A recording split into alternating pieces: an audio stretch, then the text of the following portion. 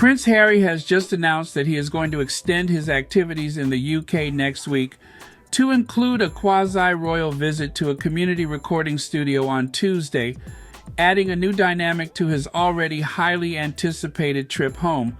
Harry also said he is making a substantial donation to children in need, the details of which will be announced during the visit.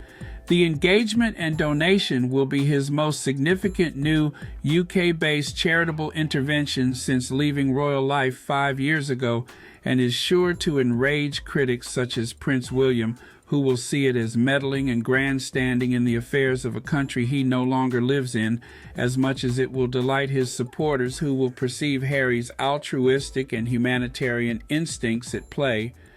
The symbolism is hard to miss.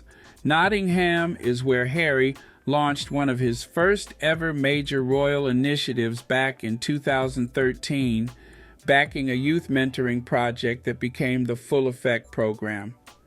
The return to the city, 5 years after he and Meghan formally stepped away from the Windsor fold, inevitably prompts comparisons with the early years of his father's Prince's Trust in the 1980s, when Charles was applauded for turning his private fortune into support for marginalized young people. Harry appears to be attempting a similar maneuver, funding, convening, and lending profile to groups in one of the toughest areas of the country. That he is doing this in person and in Britain elevates the event from a routine charity appearance into another potential massive flashpoint with his detractors. His willingness to now stage an extended UK engagement, with further events now booked for Wednesday and Thursday, will also raise questions about the validity of his previous complaints that security concerns made such grassroots engagements impossible for him, a point he himself sharpened with his litigation against the Home Office over police protection. A report in the Times says of his desire to bring his children home. Those close to Harry say he will not give up hope on bringing them here. There is now an acknowledgement by the prince and his camp that pressing the nuclear button of a public battle with His Majesty's government and courts was not the wisest idea, a case which is reported to have cost Harry more than £1 million. He will now pursue a quieter, under-the-radar approach. Those close to the prince say the government should expect private lobbying from the prince on the matter to continue. A friend says he's not given up hope on bringing his family back to the UK. He wants to be able to show his children where he grew up. He wants them to know their family here. He really would like to come back to the UK much more. It all suggests a root and branch recalibration of what is possible for him on British soil. It will intensify speculation that he wants to return to a public role in his home country. His presence this week coincides with a fraught royal calendar. Monday marks the second anniversary of Queen Elizabeth II's death, an occasion Charles and Camilla will mark privately in Scotland, as they did last year at Balmoral. The King was seen at the Braemar Highland Games this weekend, an annual event that began during Queen Victoria's reign. That makes any reconciliation meeting with Harry on Monday inconceivable, as the monarch avoids public duties on his accession day.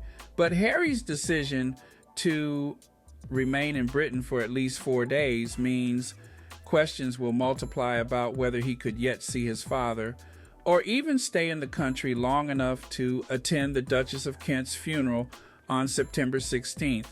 William is highly unlikely to welcome his brother's reappearance in the charitable space. William considers Harry's memoir Spare a betrayal, particularly its depiction of Kate as cold, and its allegation that William briefed against him. The Prince of Wales will likely view Harry's re-entry into the charitable sphere in the UK as a direct encroachment on his territory. That Harry's event comes with the promise of substantial personal funding makes the point sharper still. He could be seen as doing precisely what William most fears, turning his independent wealth and celebrity into a power base within Britain. The situation is highly combustible. For Harry's supporters, the visit revives the picture of a prince at ease with disadvantaged youth, able to connect in a way his more formal relatives rarely do. For detractors, an exiled royal muscling back into the charitable landscape without the discipline of the firm appears to be a provocation.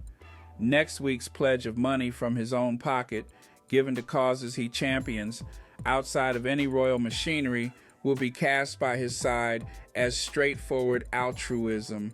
Yet the timing, the location, indeed the very fact of his presence in Britain mean the act cannot help but be read politically. Given William and Kate's ongoing withdrawal from almost all real community-level public engagements, we will be left in the odd situation this week where the estranged son of the king will be the Windsor most visibly engaging with the country's poorest young people.